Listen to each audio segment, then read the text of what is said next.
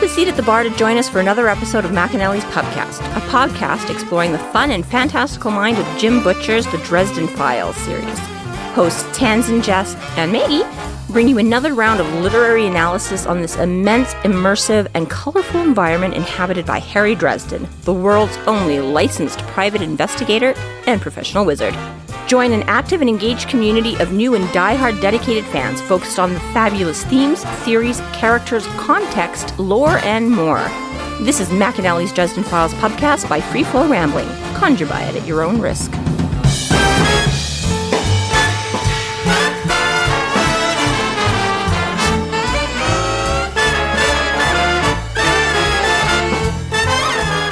Welcome to McAnally's Pubcast, brought to you by Free Flow Rambling. This is episode 9.10, Greasy Wheel for a Guide, where we are covering the novel Summer Night. My name is Tanzan, and I'm joined by Maggie. Hello, hello. And Jess. Romeo. Wherefore art thou?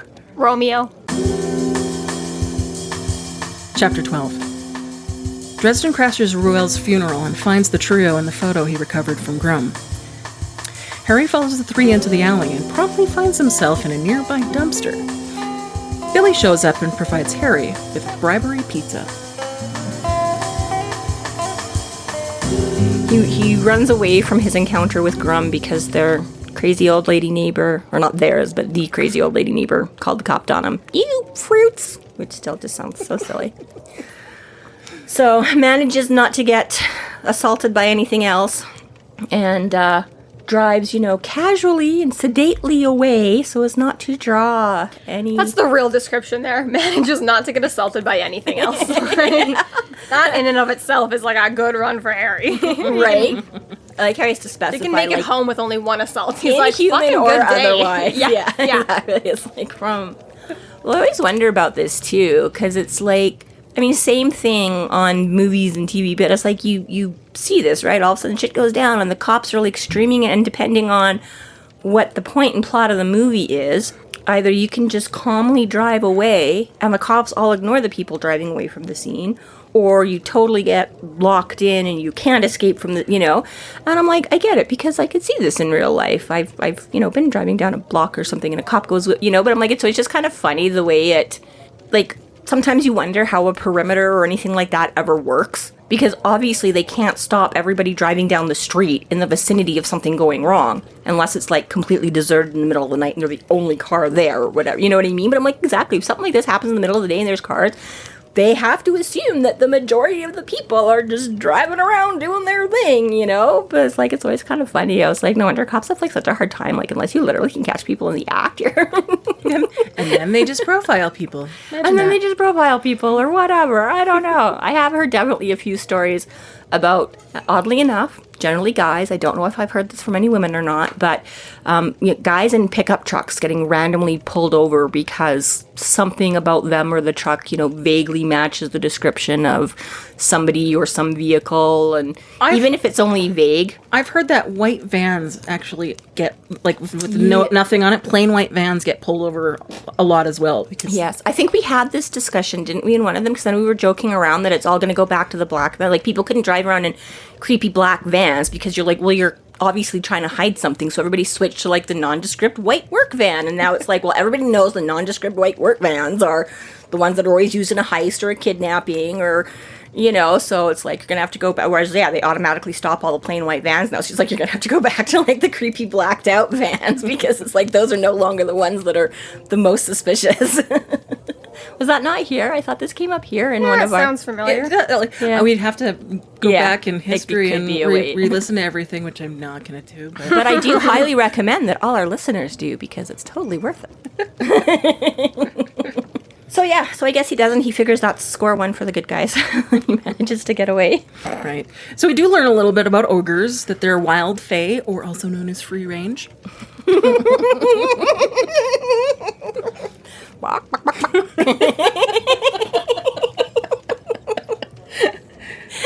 These ogres are not kept in inhumane conditions.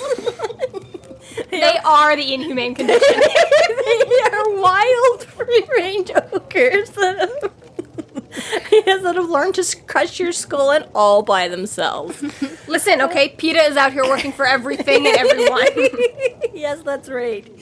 Just because they're monsters doesn't mean we have to be.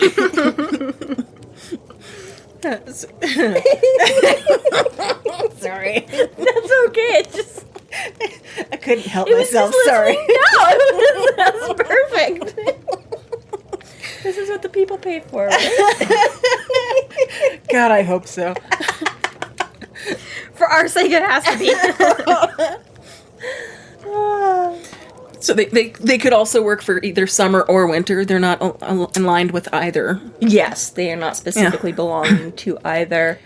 And I do like his description of the range. Grum is actually considered to be a savvy type of ogre and old with strong magic. Yeah, I was gonna say I gotta find where. Oh yeah, his they have a range of personalities from jovially violent to maliciously violent. I was like, oh, this is their range. So this guy was actually subdued. Yeah, it didn't seem that cheerful. And yeah, this is it. Is that exactly? They're mostly just kind of your average dumb thug. They're not hired for their brains. They're hired for their brawn and willingness to do violence. And so the fact that that he was methodically going through the place and looking for things and collecting things, the fact of how quickly he switched back and forth between like ogre and untouchables extra, also Was able to reel himself back. yeah, it was that I was gonna that Wasn't just blind rage. yeah, so exactly all these things speaking to the fact that he's got to be around a while to be able to do the magic that smoothly and that well, and how he grounded out all of Harry's magic, like it was like like the static zap was the most, and then exactly, and the even bigger thing is the intellect and the holding back and the planning and the thinking and the choosing an option. He's like, most of them would have just stuck around and kept stomping until everything else converged on the building.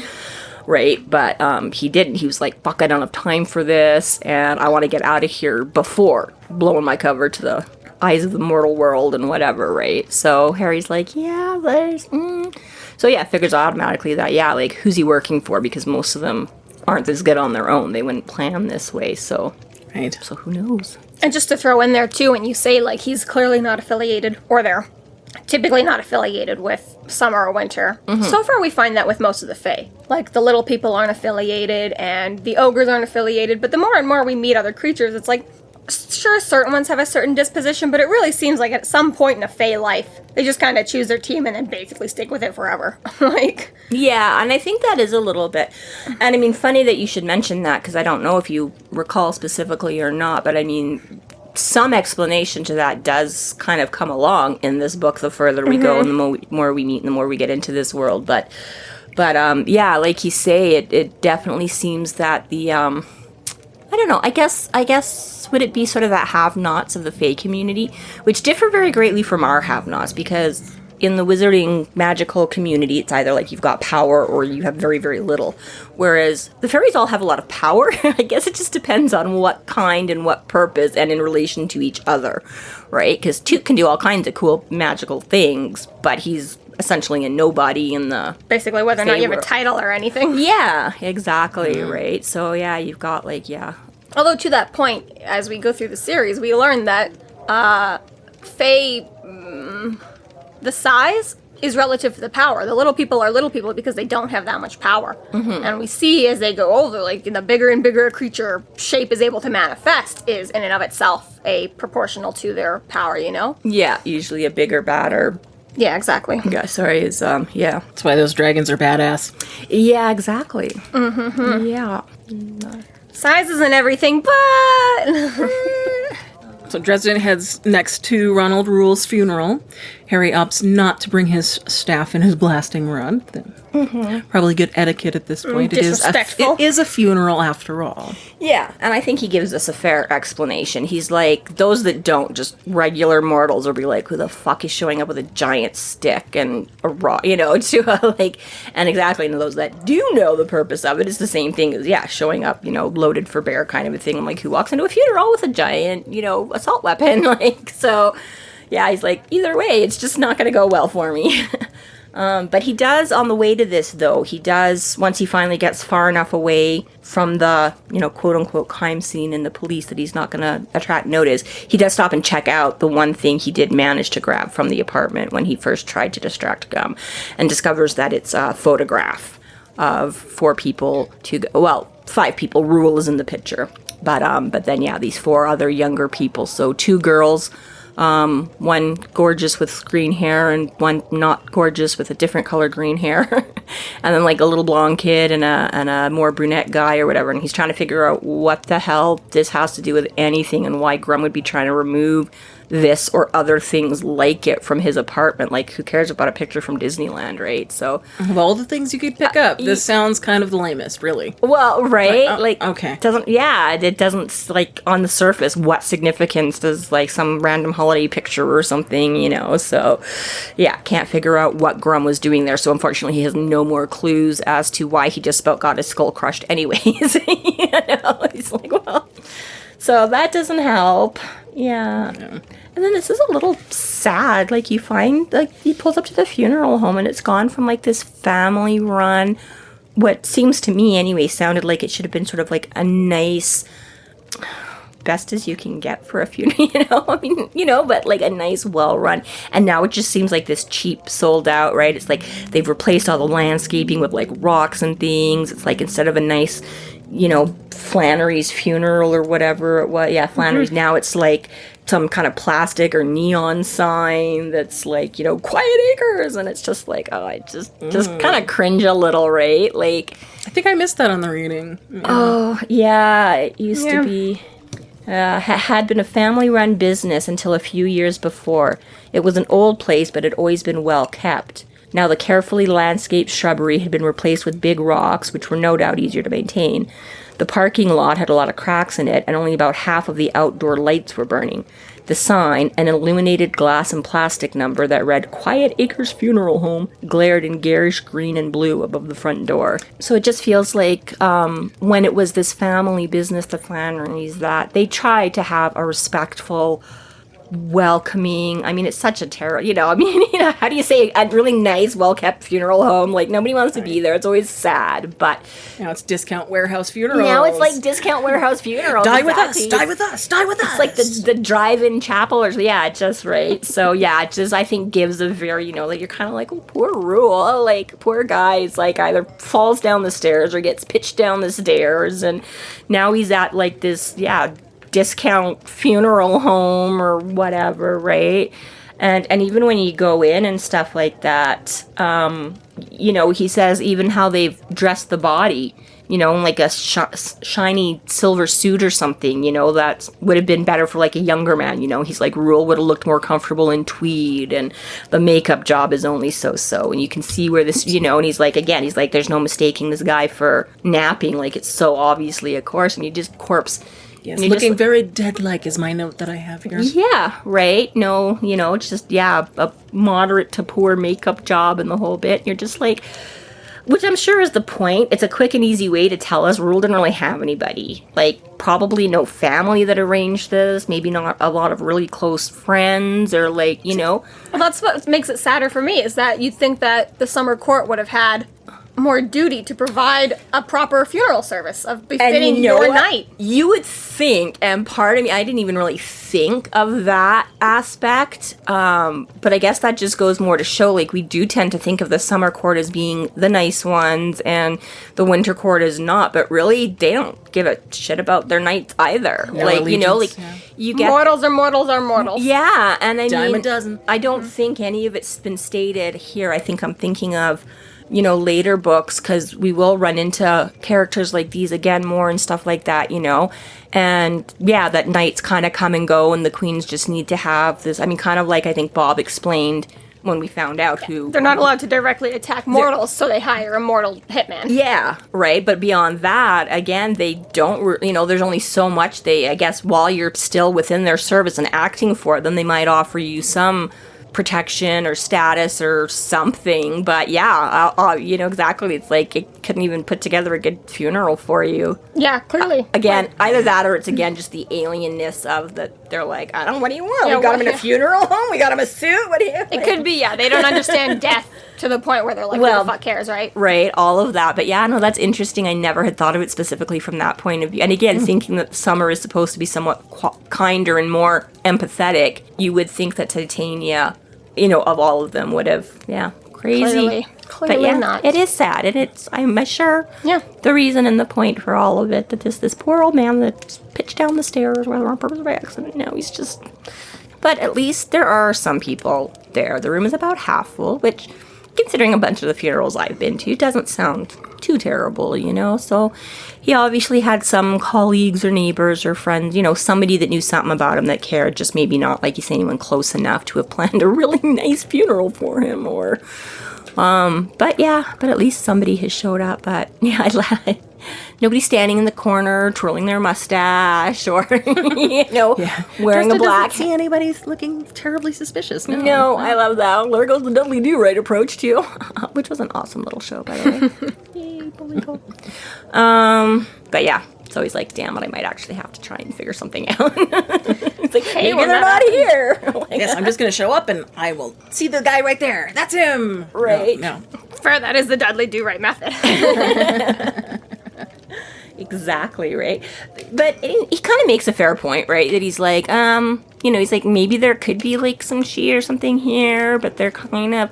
But then he kind of says how like Mab looked good, but didn't really look normal. And like Grum looked like a human being, but like an extra off a movie set and not like typically, So he's like, they don't really... But he's also talking about a veil and stuff like that. And I'm like... Well, it's kind of a flawed plan. Like, he works for Summer. There's probably going to be some kind of fae there. Unless, of course, again, they're just like, meh. But, well, one should hope that there's going to be at least one kind of one fae should there. hope that somebody would, Elaine or somebody would have shown up. Like, she's been hanging around Summer. I'm like, you know who he is. You didn't show up to his funeral? Like, that, again, seems a little cold or whatever, too. Like, again, even if you're not best buds, it's kind of like... She's been in Summer so long, too, she has become as shitty and useless as all of them. Maybe. Jessica Which furthers my point. brings up her love of Elaine. Yeah. But I was going to say, she should also know, too, that, well, none of the fairies are going to give a fuck, so I should at least show up to his... none of his other coworkers are going to be there, But he's talking like they might be under a veil or something. Like, then how would you know? Because you've already established that's not your forte in magic. And I'm like, yes, we've seen you do things to detect veils. But again, when you're dealing with somebody on the level that the faes can act at, I'm like, for all you know, the entire other half of that room could be packed wall to wall with fairies under veils that you are not good enough to detect if they're high level enough to, Just because they're a fae doesn't mean that they're actually a person of interest. Yeah, well, yeah, but I mean, that's what he said. He's like, oh, they could be under a veil. But I'm like, but you didn't really seem to poke around that. Like I say, as long as you didn't see anybody obviously in a bad disguise or... He didn't try nearly as hard as he should have. And especially because we've seen in other instances when he does just... tip out the third eye, just to be sure, right? It's like, hey, I understand why you don't want to use it all the time. Yeah. But when push comes to shove and you, have a bad feeling, you do use it, right? Well, yeah, and especially... And maybe he doesn't have the gut feeling, so he's like, I'm not going to waste it. But then if you have the gut feeling, then what should be the fear of wasting it, right? Because it doesn't hurt you if there's nothing bad there. Yes. So why not just turn it on and check and be sure, right? Yes and no. I absolutely see what you're saying, but then again, given the description of some of the horrible things he's saying, I'm like, well, I guess sometimes if, just because you're right and it is there, you might really, really, really, really not want to risk it. The last few people that I've seen like that have just been horribly disfigured and have barbed wire on them. I don't want to do it today. Yeah, like you say, when you can't get rid of it, then I'm like, well, but either way, yeah, I just found it a little bit interesting that I'm like, okay, it's kind of funny with the whole Dudley Do-Right thing, but yeah, I was like, it doesn't even really seem to describe him poking out with much senses at all, or, you know, addressing the fact that, well, maybe if they were like a super top high-end veil, I wouldn't have, but, you know, as far as I could tell, he's just like, yeah, there's a bunch of people, I don't really see anybody, I guess nobody's here, you know? He's like, maybe they're not here. And especially because it's almost like one of those, like, you know, things that we do, you know? It's like, oh, well, I knew. I was just pretending the whole time. Because it's like, when he was with Mab, he wasn't once giving indication that he didn't trust this woman at all. He was just like, dollar signs and hot lady and, like, blah, blah, blah, right? It's only, like, aftermath. He's like, I totally knew that there was something about it. Well, yeah, right. Right, I but it's like, you didn't say anything in the moment, asshole. I know. I sort of was thinking of that a little bit. I'm like, okay, well, fair enough. In order to have the reveal to the readers, you couldn't say too much until you flicked in it. But exactly, he's like, sure, she looked great, but she didn't really look normal. It was like, yeah, you didn't really hang a lantern on that one at the time. There was no emphasis there that, you know. I did find it kind of funny that he happens to stumble upon people that he overhears in the hallway, that he's like, oh, I hear people talking. I know, especially since he's not actively listening to start with. It's just, he steps out of the room and hears whispering voices down the hallway. And is like, oh, I better go check that out. You know? And I'm like, I'm lucky when I hear people talking directly to me, let alone whispering in, like, a quiet, hushed funeral. Right, you're not a private investigator. This is why I'm not a private investigator, obviously. But he could be bored. I mean, he showed up looking for a bad guy, didn't see anyone. He's like, well, what the fuck am I gonna do now? And he's just kicking rocks, and he's like, whispers, yeah, for please. the, like, minute and a half that he spent in there, he walked in, looked at the body, took a glance bored. around, and left. Yeah, instantly bored. He's like, this shit sucks. I'm out. I guess. Imagine you're, like, actually, like, one of the friends or family, though, and you see some asshole walk in, look at your grandpa, and be like, ah! Because that's what the NPCs just did there. Terrible. That's terrible. That's like Harry's a bad guy. No class at all. Right. Hey man, I left my giant stick behind, okay? I'm like, just because I showed up in like my jeans. I'm like, I'm trying. Yeah, he's not getting many classy points this time around, you know, breaking into a dead guy's apartment before he hits this guy's funeral. And he's like, oh, whatever, this sucks. I knew him better than any of you. How many of you have been to his house? How many of you have been in his bed? Because I have. Tossing and under turning. the bed, and around the bed, and thrown on the bed, through the bed. Yeah. So yes, so he picks up on these voices, so decides, oh, what the hell, nothing else is panning out, let's see if we can't pick up something useful here. And picks up these snippets of this conversation, 2 guys and a girl talking about some other mysterious woman that's gone missing, and they don't know what to do, and it's totally not like her. And they're arguing about what needs to be done, and she's like, well, we need to do something, and the first guy's like, well, that's specific. Like, duh. And he's like, hurry up, the wizard's here, and they're all like, wait, what? And it's kind of a little bit funny how, so we get identified as Fix and Ace, and the girl, and then Fix is obviously kind of the skittery, jumpy, nervous one or whatever, you know, high pitch. He's all like, oh my god, the wizard, why did you didn't tell us? It's like, I just did, you dimwit. Like, feels like so many conversations I've had with, like, my siblings. Dresden's really, like, built himself up quite the reputation at this point, that these people are so afraid of him. Like, people who get in his way have a habit of getting real dead. Yeah, and it's kind of funny because Harry isn't fully aware of his reputation at this point, like, that end of it. Like, he knows he's getting more reputation as a private investigator, and okay, yeah, now more sort of high profile, not just lost keys and stuff is coming to him. But it takes him a while, and you see in a few books before he kind of acknowledges it, but before he really starts describing himself and recognizing that there's people out there that are scared. Like, I think in this book he said something about, you know, having enemies and things, and the whole war started with that.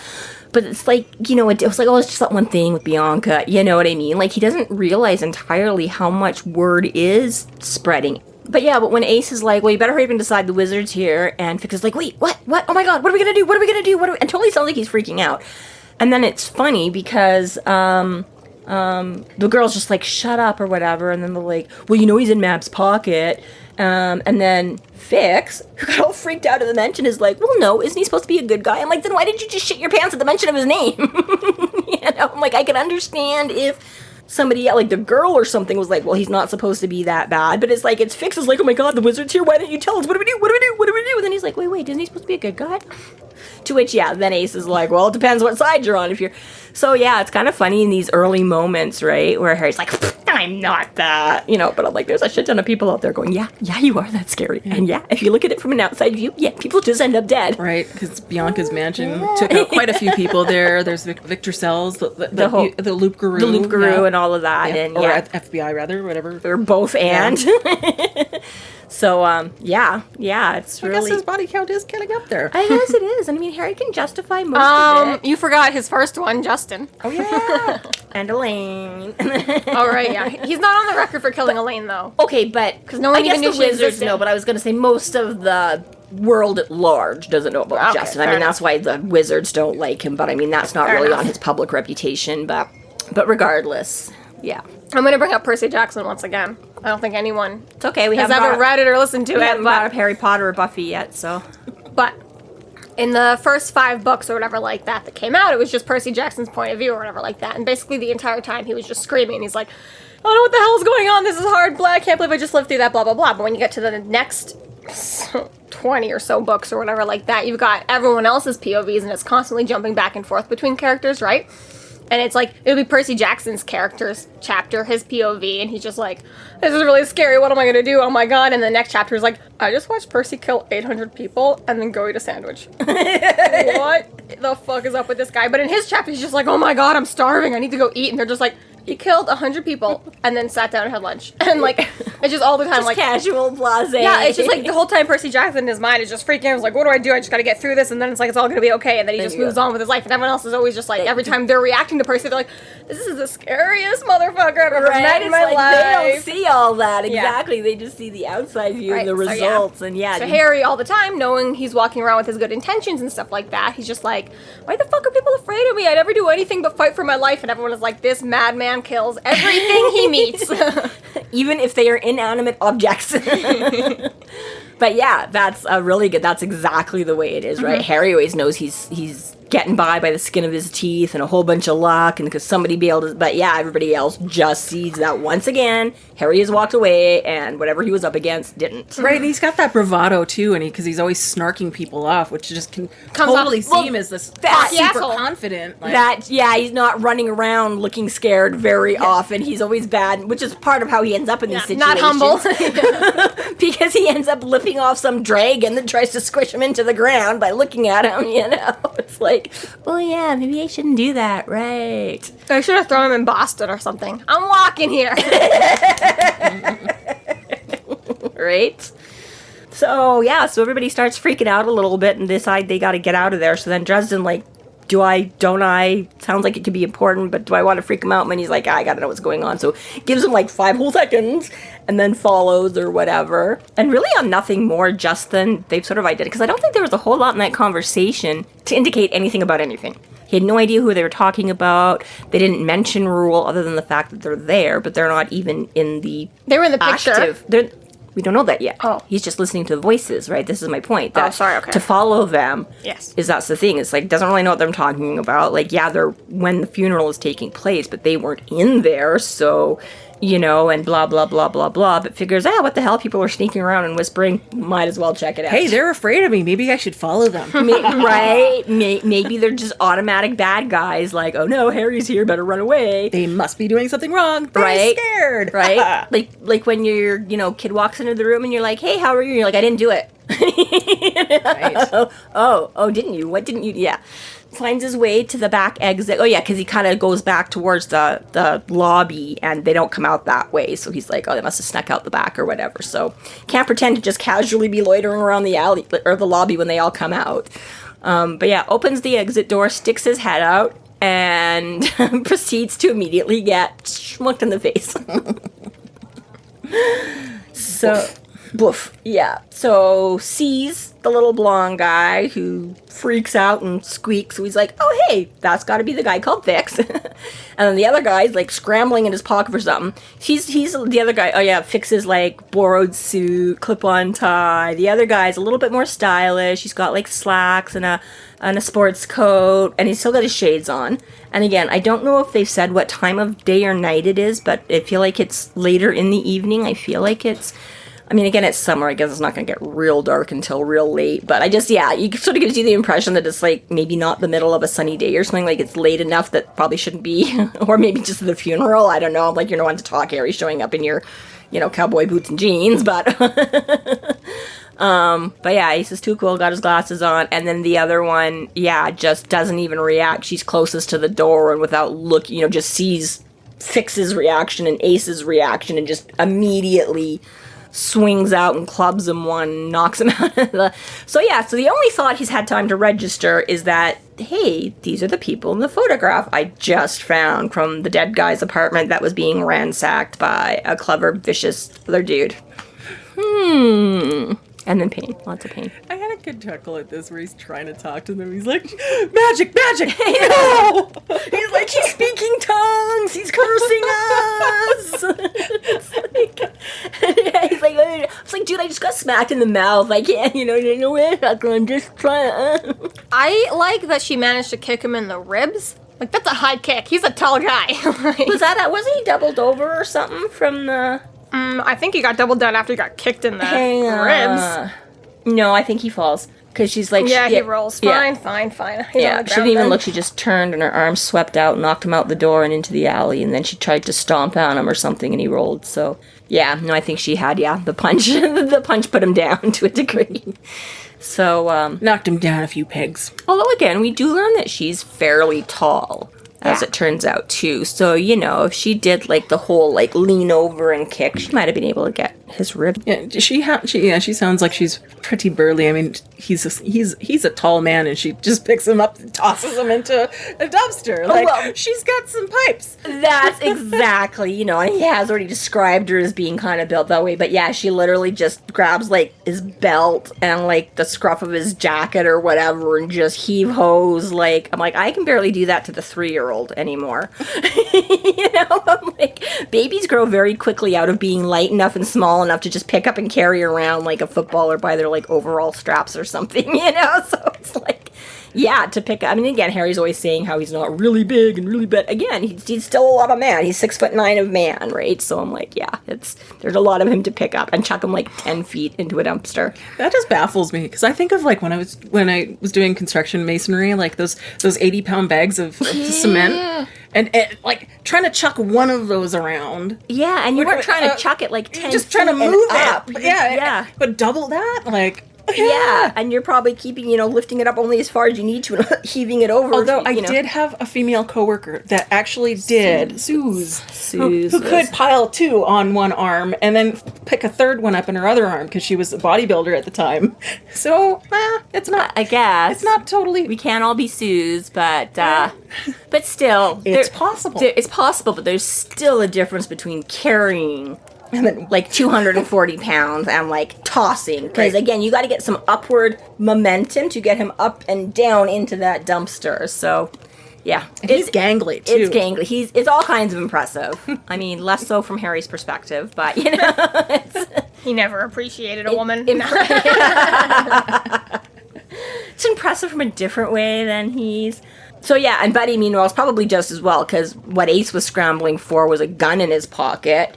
And it's like, what is it, like a semi-automatic, So it's like not even just like some little pistol or something. Like it's not very big, but it's a pretty serious weapon he grabbed out of his, right? And then, and she's like, hey, no, none of that. Let's just chuck him in the garbage and run away. So thankfully, lucky for him, he only got, stomped a bit and tossed in the garbage. Yeah, okay. Exactly. But he's not dead. He's not dead. So. What a loser. Right? So, so he's still, like, bells are still ringing a little bit there. He's trying to pull himself Tweety together. Bird's going around his head. As he, like, lays stunned in the icky garbage and just automatically sees another head pop into view and freaks out for another attack. And it's just Billy come to check on him. Hey, buddy. Well, I guess not check on him. They had arranged to, but yeah, Billy has witnessed the last of this, and I'm gonna hope. I mean, it's kind of funny either way, but I'm gonna assume that Billy was like just pulling up or whatever, right? Because Dresden in a minute asks him about the pizza, and he's like, "Yeah, it's in the car." But he's like, like, what you doing? And Dresden's like, looking for suspects. Did you find any? I'd say so. Was that before or after they hit you in the face and threw you in the dumpster? So he's witnessed this entire little, right? And I'm like, and you just sat there and let it happen? I'm going to give you the benefit of the doubt and hope you were, like, pulling in and unable to immediately. But I'm like, it's also kind of funny if you just, because again, he wouldn't necessarily have known this was what, but, like, comes in and sees her and just kind of sits and watches it for a minute. He's okay. This is for being a jerk earlier. I'm just going to let this play out just a little bit. Just to see. I don't want to insult you, Harry. I know you can handle this. I'll just hold back until it looks like you're really in trouble. Then I'll step in if I need to. But you, by all means, you go ahead. You deal with this. But yeah, it's kind of funny. And he's got, it's just what I hoped were coffee grounds that I brushed out of my hair. Look at that. But yeah, he apparently has asked Billy to meet up with him and bring some pizza. Good old pizza. Good old pizza. Yeah. So time for some good bribes with some good pizza.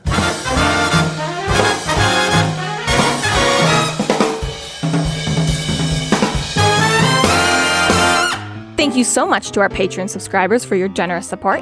It's people like you who help us keep doing what we're doing. If you're not yet a Patreon subscriber, sign up today and get a fuck ton of bonus content, kick-ass merch, behind-the-scenes outtakes, and more. Sign up today at patreon.com/freeflowrambling.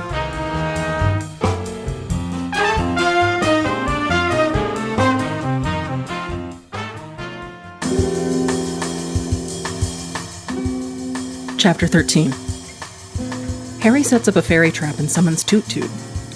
The fairy comes with a small militia of other fairies to collect the coveted reward of pizza.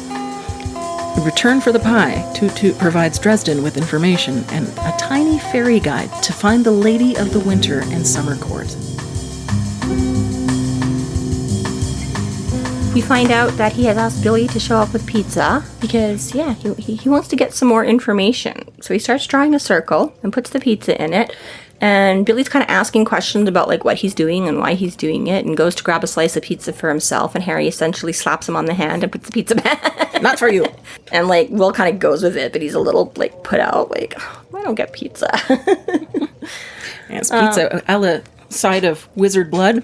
Well, yes, the piece that he's putting down, yeah. Not the piece that Billy was going to eat. Makes me wonder, do you think Faye like Hawaiian or pepperoni? What do you think?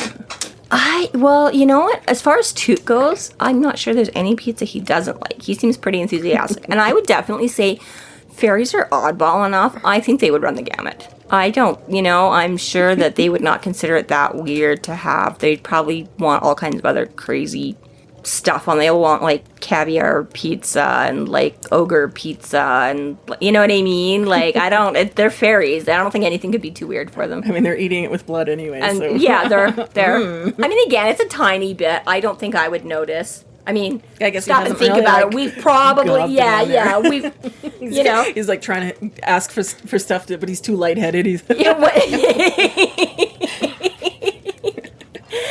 Harry just has, like, an extra in with the blood bank or whatever. And he's like, gotta top me up again. I had to make another deal. Did Dresden use blood on Toot-Toot and Stormfront? Like, I don't remember him doing that. He used that. He had his pen knife, and he pricked and put a little dab on the bread.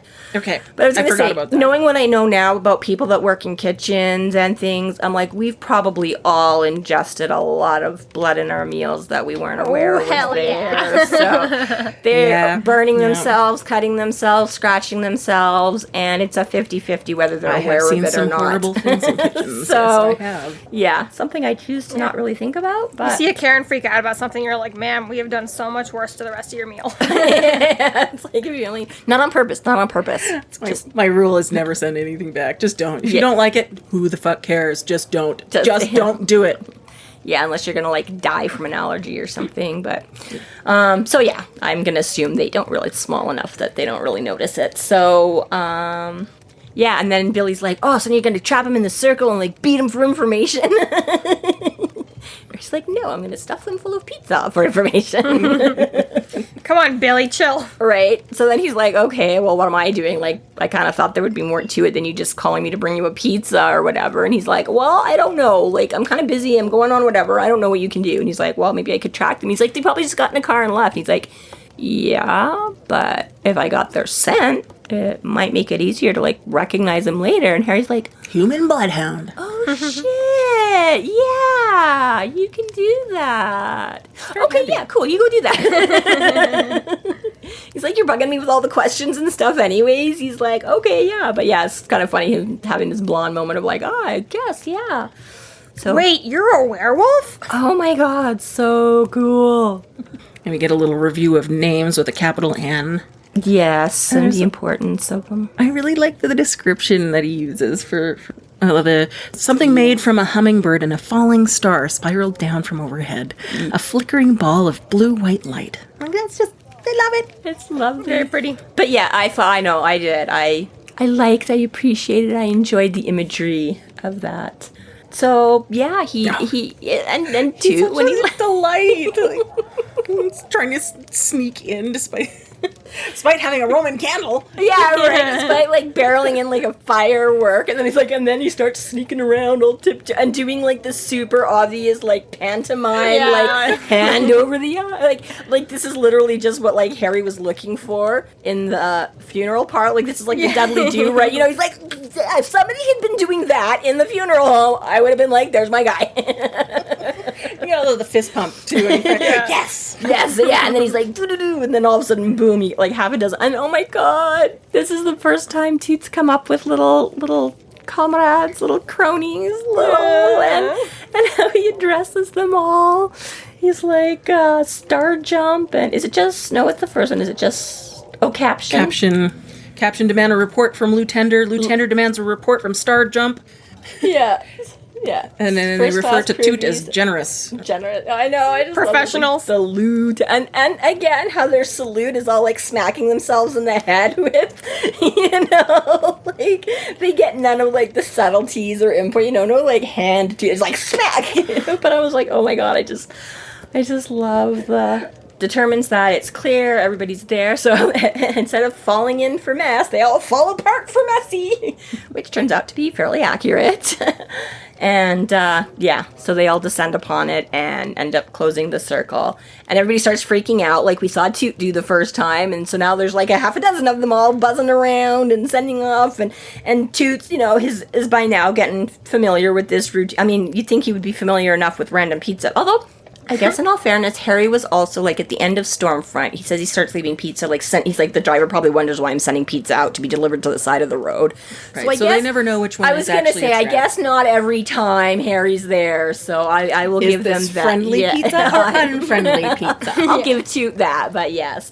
Yeah, so he tries to round them all up, and he's like, 10 huts, and they all just, like, go to attention in the air and then promptly fall.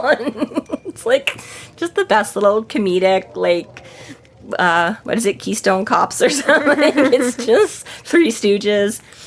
I love his little militia kind of thing. I know. It's so cute. That's so cute, too. He's like, yeah, everything, like, looked like it'd be cobbled together from, like, a child's school kit or whatever. I'm like, oh. But yeah, because they can't do the iron, which we've just been reintroduced to with Mab, right? So they've got like pins stuck into, or like tied onto like pencils that are like a spear for him, and like little plastic cocktail swords, which is adorable, and I'm sure would be pokey for a fairy, but part of me was like, how does that stand up to anything? Like they barely stand up to sandwiches. Can they sharpen it? Like they've got well, I'm sure they could a little bit, and you know. Hey, man, I sliced my finger open on a ruler at work the other day, okay? So, I mean... That dangerous plastic, man. It was metal. At least it was a metal ruler. But... Okay. So I used it to, like, cross out. So it was getting, like, red pen and gunk and smudges. So I grabbed a Kleenex to try and clean the edge off a little so I wouldn't be smearing that's ink. Gross. And so I had it, like, cupped in my... Yeah. I had the holding it so the Kleenex was on either side, and... Yeah, anyways, it was not fun. But yes, so all their cute little... And he's got, like, what is it, like a pop bottle cap for, like, a little helmet, and... Yeah, everybody's got all these cutesy little cobbled together things. I'm like, it's just adorable. I love Toot commands them to freeze, but they do, and they just fall from the air. Yeah, exactly. He's like, finally gets everyone to hold up, and they're like... Toot kind of immediately figures, he kind of goes immediately, he's like, okay, Harry, is that you? Harry steps out, because again, right, he's keeping out of sight. And instead of the usual, like, I'm gonna fill your head with dung and turn your eyes to worms, and he gets the kissing and the crouching, you can't make me, we're not going, we haven't been called. And Harry's like, what the fuck? Yeah, he takes on a more formal sort of... Or pulling on the rule, like these rules. Yeah, like gibberish, like, you can't make me, we're not gonna, instead of the usual, like, posturing. And Harry's like, what do you make you do what? Like, right? And, again, this is kind of a cute line. He's like, I know. He's like, you can't lie to me. He's like, we're not stupid. He's like, and I can smell the cold queen on you. He's like, I wonder if they make a deodorant for that. But yeah, discover this is where our wild fae, our free-range fae, don't always get to stay free-range. And in a conflict like this, the queens can start summoning. So without you choosing if you want to go on to a side, or B, what side you want to go to, the queens start being like, yo, we need people, It's the draft. It's the draft. It's completely, yeah, you get conscripted. Here's your papers, come with me. Yeah, exactly. And Toot and his buddies want no part of this. They're like, nuh-uh, like, they haven't started calling yet, you can't make us go with you, like, you don't have... Right, and Harry's like, I don't have to, like, I'm working for it, but it's like, it's just like a client, like anybody else, like, swear, and then, yeah, he's like, really? Honest? Promise? Super swear, double spit, whatever. Super duper dog, double dog, super duper double dog promise, spit, swear. Yes. I don't know how Harry repeated that back to him. Right, which Harry does, and then Toot's immediately like, oh, well, okay, then cool, let's go in. No, Toot demands he spit. Okay, sorry, yes. Yes, I super duper double dog promise spit swear. Spit. Okay. So, yeah, Toot is happy. I mean, really, he got his 3. He does it a little bit differently, where you don't have to say the exact same, but he's like, you mean it? He's like, yeah, and then he's like, you promise, and then he does the super duper double dog, so that's 3 times he gets Harry to say, dude, I'm not conscripting you. And he's immediately like, oh, okay, well, cool. What's up, Harry? You, bro. And then he cheats, because he immediately goes for the pizza, and all the other ones are like, hey, you fucker, and run after Toot. So, yeah, after they finish eating, Toot asks Harry who he thinks will win the war. And Harry just automatically thinks the White Council, and he's thinking vampires, but Toot really puts it in perspective of what's actually happening is the war between summer and winter. Yeah. Which is really ultimately more catastrophic.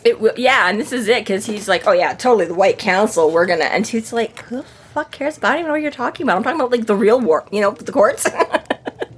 So yeah, apparently like that doesn't even register really on their import level or the big picture or anything like that. But what could go down between the fairy courts, and granted, I mean, we don't know a lot about, but even just sort of what everybody out of, necessarily the Dresden mythology of it, I mean, like, that's the whole point of, like, fairy stories and things. It's, like, these huge, immense worlds beyond or alongside ours or whatever, right? I'm like, the vampires and the wizards are part of what's in this, right? So I'm like, then, like, if the actual whole, like, this isn't the whole world going to war, this is wizards and vampires, right? Whereas that this is literally... the 2 sides of this literally would be encompassing the whole, right? So you're like, yeah, this is a little more of a global battle that's prepping rather than like, individual countries or whatever, right? Well, but you look at this from the other side, too, and it's like, as far as the Fae are concerned, there's nothing bigger than the winter and summer wars. Yeah. But the White Council is looking at, like, we need the winter and summer pathways, right? They need it for their emissaries. So for them, it's like, our war is the biggest thing. Yeah. But if they go to war, we can't use their pathways, and then that's going to fuck us all up as well. So it's like... that, yeah, it's just one way or the other. Consequence upon consequence upon consequence that, yeah, multiple reactions and problems and da-da-da-da, yeah. So, and I think this is where, I don't know, they have a bit of a chat about that, and Harry compliments all his his like, so it's with all the armor and stuff. He's like, pretty cool, eh? And he's like, ooh, yeah, very scary, super. Toot's like so proud. But yeah, they explain how you decide between winter and summer, basically by whether or not you are doing good things or you're doing bad things. Yeah. And, Harry's like, so are you doing good things or bad things? And he's like, how the fuck should I remember? He's like, I do so many things. Who knows? Yeah. Like, obviously not really concerned about, not like, I hope they've been good, but I don't really know. He's like, who can remember? Who knows? Exactly, yeah. It's like, oh, Toot. And this once more shows there is no, to the Fae, being on summer or winter is both good and bad, Toot doesn't care which side he ends up going to. He's just like, it would suck to be conscripted either way. Yeah, he's like, I just don't want to get pulled into this, but yeah, doesn't show a preference. Exhibit any preference to, yeah. So the trouble's coming, so they get that down, and finally he gets, Toot's finally like, well, is there more, looks like there's a whole lot of more pizza over there. Harry's like, well, I'm not done yet, I need, right, so he's like, okay, get on with it, and Harry's like, I want a guide, I need to go see the ladies, summer and winter, and he's like, is that all? Like, why are you dragging this out and making me wait? He's like, yeah, okay, fine, sure. So yeah, Harry negotiated, and Toot's like, I'm not leaving and not getting pizza, which is funny, but also weird, because when he does get his guide, when he gets Elodie, he's like, okay, do you want to go have some pizza before you leave? And she's like, yes, please, and goes has pizza, and then comes, I'm like, Toot could have done that. You could have let Toot go and eat. And then I'm like, I don't know, is it just that she's so teeny tiny, she doesn't need nearly as, and Toot's like, I just gotta make sure, nobody else gets more than me. I'm taking the leftovers. I don't know, but it was Toot is too high up to do the guidance thing. Yes, but he doesn't say anything about that. He's got a whole army to look after now. He does, but all he says is, I'm not going and missing pizza. I'm like, Plus, but Elodie didn't miss pizza. Elodie got one bite, That's done. She's full. Maybe. And also her name, L-E-D. Nah. And she lights up. Very cute. That's cute. I hadn't made that either. It's funny sometimes how you go between when you see something written or see something heard, right? I mean, that's the whole point of puns and things, is exactly what you hear, right? And it can kind of, some work better written, some work better spoken. Well, yeah, but how your brain, you know what I mean? If you see it, like you say, you don't think as much about the sound of what that, how, yeah, exactly, your brain is just well, obviously this is this. You're like, oh, dude. Yeah, and this, I think, is where Billy comes back when they're all, ravaging the pizza again. And Harry's like, don't get too caught up in that. It's pretty, but it can be... But this is where he's pulling his sweater back on. And he's Billy's, really built and muscled. And he's like, I don't have abs of steel. I don't even really have abs of bronze. Maybe plastic? Yeah, I don't know if there's really... I mean, it was just a super cute interaction. Love anything and everything with Toot. We get a little bit of background about what else is going on and what's happening. And, we do get more because he asks where to find the Winter Lady. And Toot's like, underneath the city. And Harry's like, what? He's like, where, the stores and shops and houses, underneath are? And he's like, under town? And yeah, he's like, yeah, where, the mortals don't go, but it's there. And this actually is a little, this is Chicago.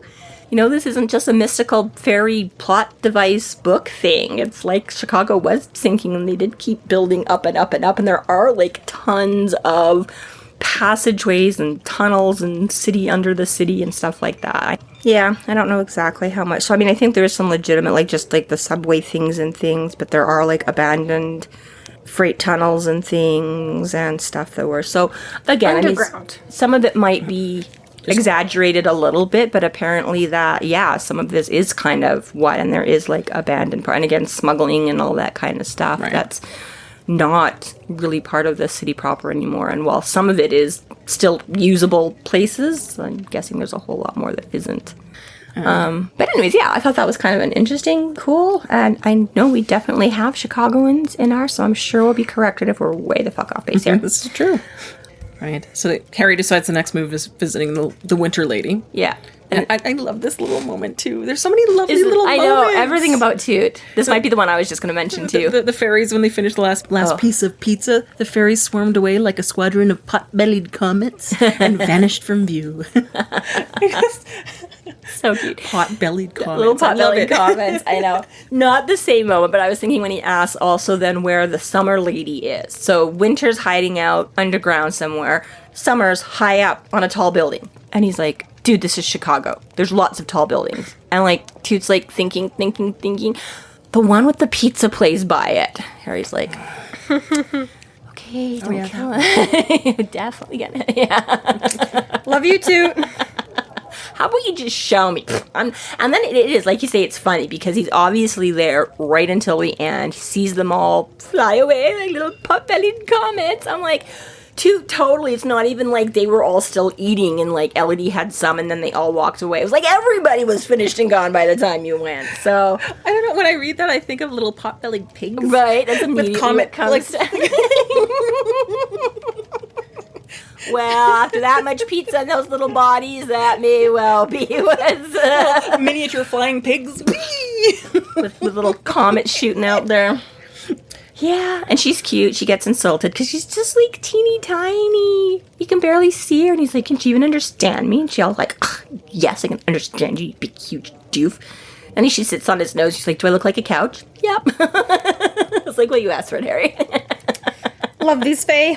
Right. Elodie begins to lead Dresden and Billy on their way to Undertown. Yeah, and then Billy starts to get more excited. So, is there gonna be trouble? Is there? Is there gonna be trouble? You need me? Am I gonna help you out? Or are we gonna get? Oh, fucking kids.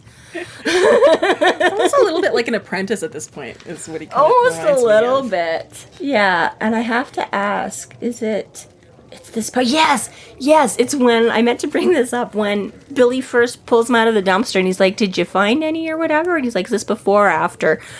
And he says whatever to Harry, and Harry's like, "Do I tell you how to do your job?" And Billy's like, "Yes, actually, all the time." And he's like, "Shut up."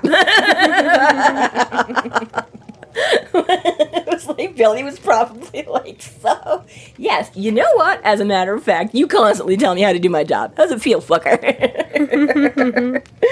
So, yeah. I like these little lighthearted moments when you can get them. Absolutely. And again, it just emphasizes, right, what Billy was saying at the beginning of it. Like, dude, you're becoming a hermity, old, curmudgeon-y asshole. Like, you need your friends. It's, doesn't make the problems gonna go away, but come on, this is more fun, right? This concludes our episode 9.10, Greasy Wheel for a Guide. Thank you for listening. You can find us online at freeflowrambling.com and McAnallys.ca. There we have links to our other podcasts, social media, and other fun tidbits. Please subscribe if you like what you're hearing, and please consider supporting us through Patreon to keep the magic alive and to see more content. We are Free Flow Rambling. Conjure by it at your own risk.